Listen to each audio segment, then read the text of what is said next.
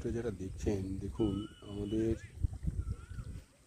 রূপনারায়ণ নদীর কীভাবে আস্তে আস্তে তার সমস্ত কিছু তার নিজের গর্ভে ধারণ করে নিচ্ছে।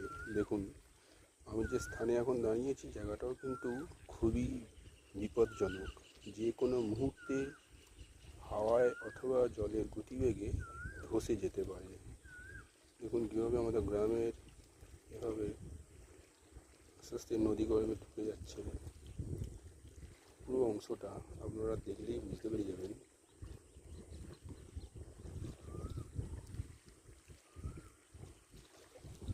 দেখুন স্পষ্ট দেখাচ্ছি, যারা দেখছেন ভিডিওটি